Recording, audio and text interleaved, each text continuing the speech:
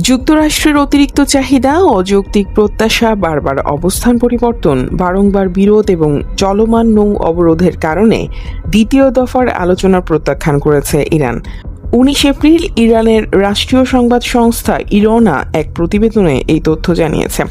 ইরনা জানিয়েছে, তেহরান এই আলোচনায় অংশ না নেওয়ার পেছনে যুক্তরাষ্ট্রের বেশ কিছু আচরণকে দায়ী করেছে। ইরানের পক্ষ থেকে উত্থাপিত প্রধান অভিযোগগুলো হলো: 1. ওয়াশিংটনের পক্ষ থেকে মাত্রাতিরিক্ত ও অযৌক্তিক দাবি দেওয়া। 2. পরিস্থিতির তুলনায় অবাস্তব প্রত্যাশা।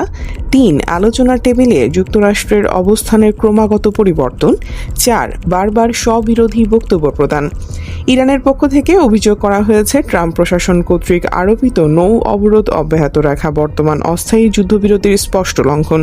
একদিকে অবরোধ বহাল রাখা, অন্যদিকে আলোচনার প্রস্তাব দেওয়া মূলত একটি বৈপরীত্য, যা আলোচনার পরিবেশ নষ্ট করছে। এর আগে তাসনিম নিউজের প্রতিবেদনে বলা হয়েছিল, মার্কিন নৌ অবরোধ বহাল থাকা অবস্থায় পাকিস্তানের শান্তি আলোচনায় কোনো প্রতিনিধি দল পাঠাবে না ইরান। তাসনিম নিউজের এক সংবাদদাতা জানান, ইরান তাদের অবস্থানে অনড় রয়েছে। তারা জানিয়ে দিয়েছে, ইরানের বন্দরে যতক্ষণ মার্কিন নৌ অবরোধ কার্যকর থাকবে ততক্ষণ কোনো ধরনের আলোচনায় বসবে না তেহরান। এদিকে 20 এপ্রিল ইরানিদের সাথে আলোচনার উদ্দেশ্যে মার্কিন ভাইস প্রেসিডেন্ট JD ভ্যান্সের নেতৃত্বের একটি উচ্চ পর্যায়ের প্রতিনিধি দলের ইসলামাবাদ পৌঁছানোর কথা রয়েছে। কিন্তু ইরানের বর্তমান অবস্থানের ফলে বৈঠকটি গভীর অনিশ্চয়তার মুখে পড়ল। অন্যদিকে এবারই ইরানকে শান্তি চুক্তিতে পৌঁছানোর শেষ সুযোগ দিয়েছেন বলে হুঁশিয়ারি জানিয়েছেন মার্কিন president Donald Trump. 19 April Fox নিউজকে দেওয়া এক বিশেষ সাক্ষাৎকারে তিনি এই হুঁশিয়ারি দেন। কড়া হুমকি দিয়ে তিনি বলেন, এবার প্রস্তাবিত চুক্তিতে ইরান সই না করলে দেশটিকে ভয়াবহ পরিণতির মুখোমুখি হতে হবে। সেক্ষেত্রে পুরো দেশ উড়িয়ে দেওয়া হবে।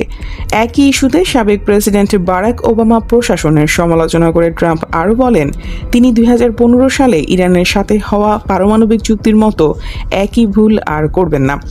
ওবামা আমলের সেই চুক্তিকে যুক্তরাষ্ট্রের ইতিহাসের সবচেয়ে বাজে চুক্তি অভিহিত করে ট্রাম্প বলেন, ওবামা প্রশাসন ইরানের কাছে নতি স্বীকার করেছিল। আমি ওবামার মতো ভুল করব না। এর আগে নিজের সামাজিক মাধ্যম ট্রুথ সোশ্যালেও একই ধরনের হুমকি দেন ট্রাম্প।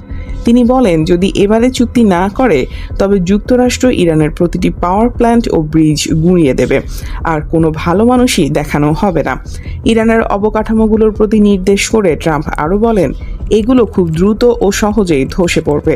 যদি তারা চুক্তি না মানে তবে গত 47 বছর ধরে অন্য প্রেসিডেন্টরা যা করতে পারেননি তা করা আমার জন্য সম্মানের বিষয় হবে। ইরানের এই কিলিং মেশিনের সমাপ্তি ঘটানোর সময় এসেছে।